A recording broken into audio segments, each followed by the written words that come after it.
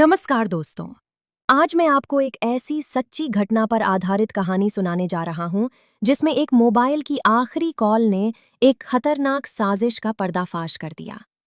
ये कहानी है उत्तर भारत के एक छोटे से कस्बे की, जहां रहने वाला एक आदमी अपनी साधारण जिंदगी में बहुत खुश था।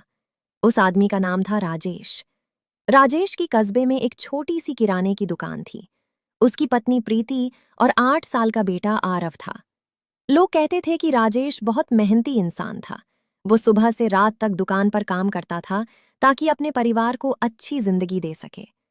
लेकिन शायद उसे ये नहीं पता था कि उसके अपने ही घर में उसके खिलाफ एक खतरनाक साजिश रची जा रही है। एक रात की बात है। समय लगभग रात के 9:30 बजे का था। राजेश अपनी दुकान बंद कर रहा था। तभी उसके मोबाइल पर एक फोन आया। राजेश ने फोन उठाया और कुछ देर तक किसी से बात करता रहा।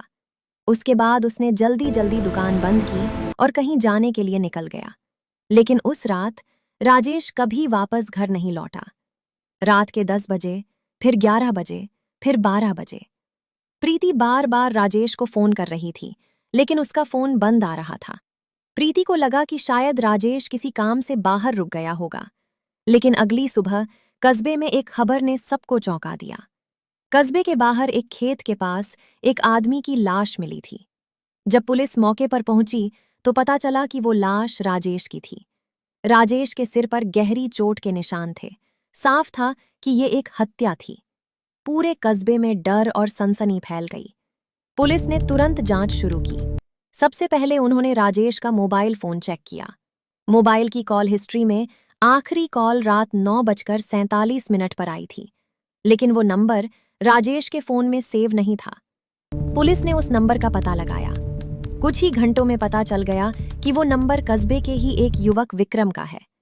पुलिस ने तुरंत विक्रम को थाने बुलाया। विक्रम ने कहा कि वो राजेश को जानता ही नहीं। उसने ये भी कहा कि उसने कोई फोन नहीं किया।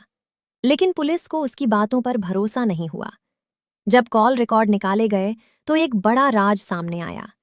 पिछले 2 महीनों में राजेश और विक्रम के बीच 40 से ज्यादा बार बात हुई थी। अब पुलिस को समझ आ गया कि मामला कुछ और ही है। पुलिस ने विक्रम के फोन की जांच शुरू की और तभी एक ऐसी चीज मिली जिसने पूरे केस की दिशा बदल दी। विक्रम के मोबाइल में एक फोटो थी। उस फोटो में विक्रम के साथ प्रीति खड़ी थी। दोनों बहुत करीब नजर आ रहे थे। अब पुलिस को शक हो गया कि दोनों के बीच अफेयर चल रहा था। पुलिस ने प्रीति को थाने बुलाया। शुरू में उसने सब कुछ झूठ बताया, लेकिन जब पुलिस ने सबूत दिखाए तो वो घबरा गई। कुछ देर बाद प्रीति रोने लगी और उसने सच कबूल कर लिया। असल में प्रीति और विक्रम पिछले 1 साल से एक दूसरे से छुप छुप कर मिल रहे थे। राजेश को इस बारे में कुछ पता नहीं था, लेकिन धीरे धीरे दोनों को लगने लगा कि राजेश उनके रास्ते का सबसे बड़ा रोड़ा है।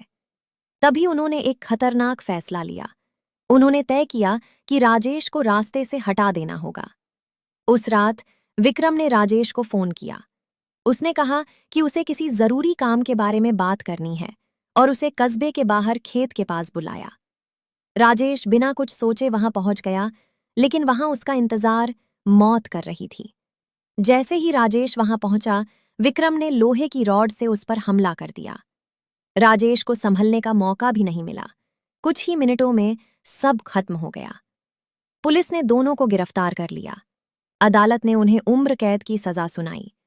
लेकिन इस पूरी घटना में सबसे ज्यादा नुकसान हुआ उस छोटे बच्चे का, जिसने एक ही दिन में अपने पिता को खो दिया और अपनी मां को भी।